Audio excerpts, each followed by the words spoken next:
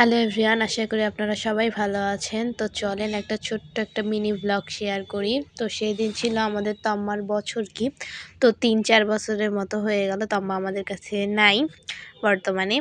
তো আর তম্মার বছর কিও যেহেতু ছিল, আর কার্তিক মাস আর দামোদর মাস তো একসাথেই ছিল। তো বাড়িতে কীর্তন দেওয়ার ইচ্ছা ছিল সবার, যেহেতু তম্মার বছর কিও হচ্ছে কার্তিক মাসেই, মানে কার্তিক মাসেই মারা গেছে তম্মা।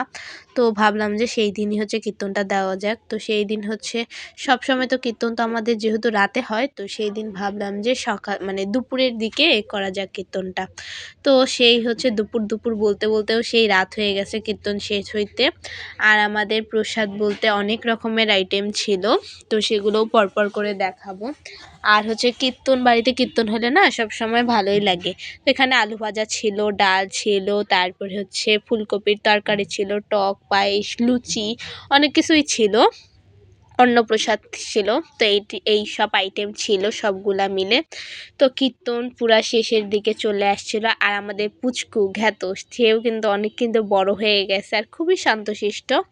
তো এই হচ্ছে আমাদের হচ্ছে তম্মা, মানে মানিবাড়ির সবচেয়ে বড় আকর্ষণ, যিনি এখন নেই। তো তম্মাকে আমরা খুবই মিস করি। আর কি বলবো, জন্ম মৃত্যু মিলিয়ে ৩ বিধাতা নিয়ে, তো সবাই তো সব সময় থাকে না, তাই না? আর ওই যে বললাম ঘ্যাতো, সে কিন্তু খুবই শান্তশিষ্ট ছেলে। তো আজকের মতো এই পর্যন্তই, বাই।